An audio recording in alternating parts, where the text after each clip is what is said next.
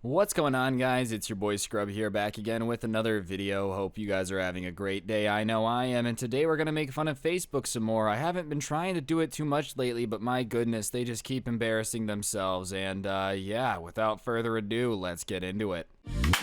Nice rack and her ass Brazilian. Just turned 21, but my bank's a million. Alright, so usually, before a company does like a multi-billion-dollar name change, you would think that they would go ahead and make sure that, their name change doesn't have any really weird translations or anything that makes them seem stupid in a certain language. But it looks like Facebook might have changed their name to Meta a little bit too soon.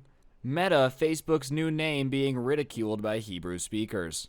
I just feel like it doesn't take very much effort when you're a multi-billion-dollar company. I don't know if they're worth a trillion yet, but they're pretty close. I feel like it's not much effort to have somebody just sit on Google Translate and shift through all the languages and make sure that it doesn't mean anything stupid in anything else's language.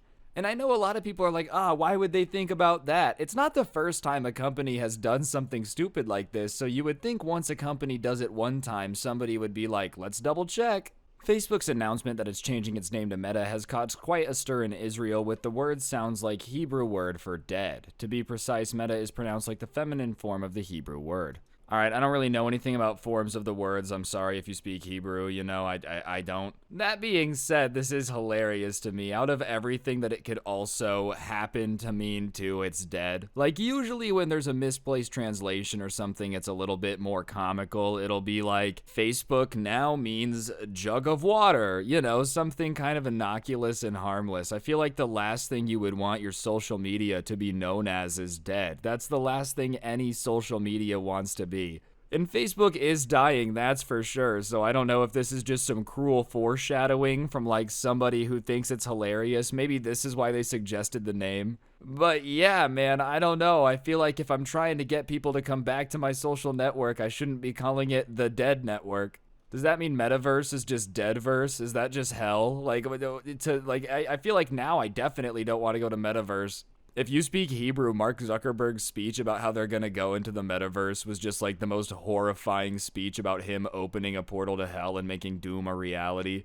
A number of people have taken to Twitter to share their take on the name under the hashtag FacebookDead. The emergency rescue volunteer Zaka even got involved, telling their followers on Twitter, "Don't worry, we're on it." I just feel like that's a very fun hashtag to see. Not if you're Mark Zuckerberg or anyone over at the Facebook marketing team, but if you're anybody else, it's kind of hilarious because it's very, very true. I feel like Facebook is kind of doing that thing where they're clinging to the very little relevance they have left and they're just trying to hang on to it any way possible. But small stuff like this just keeps happening and this is dumb. This is just a mistranslation, obviously, but on top of everything else cringy that's been happening that you can make fun of them for lately, it's just another thing. Mark Zuckerberg really was running this company that was printing money for 10 years, and in the span of a month, everything that can go wrong has gone wrong. I feel like Facebook at this point is Facebook dead, because all they really have is my old relatives, my parents, my grandparents, all of those people. That's who I feel like is really still on Facebook and loves it. So if you give it another 20 years, there's a solid chance a large portion of Facebook's user base is going to be dead. Another Twitter user said, "Thank you providing all Hebrew speakers a reason to laugh. Facebook isn't the only company to be ridiculed over its translations of its branding." So yeah, as I said, the reason I feel like Facebook definitely should have had this not happen, we're going to talk about it in a bit, but there's a bunch of other companies that have also had massive translation fails that have just caused products to fail. So if you know that that has happened to other corporations before and it's cost them a lot of money, I feel like as Facebook, that's probably something that's on your list of things to double check and make sure of. I mean, I guess you don't have to. Obviously, they did it anyways, but literally, you could have had some unpaid intern just sit there on Google Translate and gone through it and been like, oh, we kind of maybe need to tweak a translation or something over here, but no, you guys just rocked it out instead. I love when billion-dollar companies make mistakes. You know what I mean? If a YouTuber makes a mistake, whatever. It's just one person in a room editing a video. It's obviously mistakes are gonna happen. When a multi-billion-dollar corporation that has hundreds and hundreds of people working on a given project, maybe thousands of people working on any given project if they're big enough, and like it still just has giant errors that should not have happened, it's even funnier. Because like, how many people does Mark Zuckerberg pay to be in his marketing department? How many people does he pay to, run stuff and like make sure that his branding is on point? And also, I feel like someone at Facebook has to speak Hebrew. There's one guy who was in all those meetings, he speak Hebrew, like he knew it was going to get made fun of, but he didn't want to say anything because Mark Zuckerberg is a lizard person that would just eat him. I would be afraid to confront Mark Zuckerberg too, bro. Like, Mark Zuckerberg's an angry robot lizard person. He's one or the other. I don't want to disappoint him because he would be like, meh, meh, failure is not an option. Eat your fingers off. When KFC arrived in China during the 80s, its motto, "Its finger looking good," didn't go down well with locals because the translation was "eat your fingers off."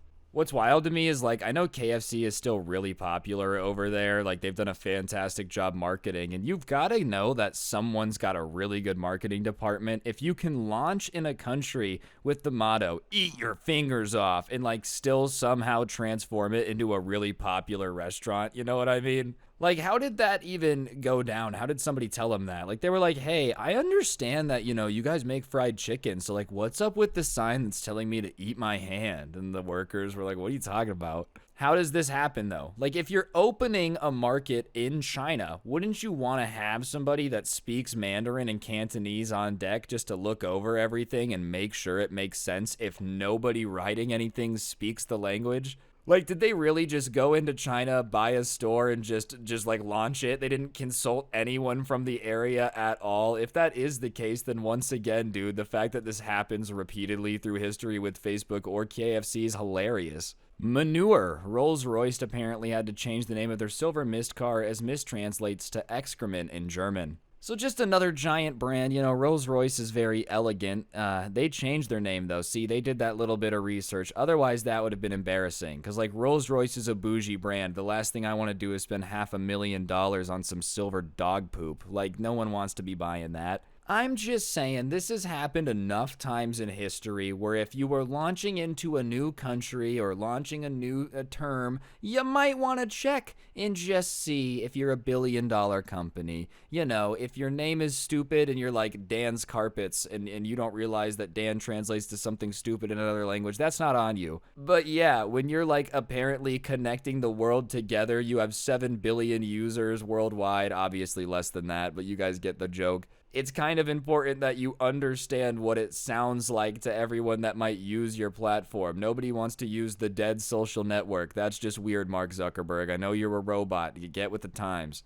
Anyways, guys, I think that's going to do it for the video. Hopefully you enjoyed. If you did, I would really appreciate you taking a second to press the like button. Let me know in the comments section down below what you thought of the video, of course. And if you want to help me out, you can check out the intro song link down below, or check out my podcast, The Scuffed Cast, links also down there. Or you could use code SCRUBBY at the G Fuel checkout. You get a discount on G Fuel. It helps me out. Everyone's a winner. Other than that, I did go ahead and put some of my story times over on Spotify. You can check out the link. I'll put it in the top of the description. If you want to head over there, download those. I would appreciate it. You don't have to. And on that note, don't get anyone pregnant. If you do, make sure they're hot. And hopefully I will see each and every single one of you guys next time with another video. I'm out. Peace.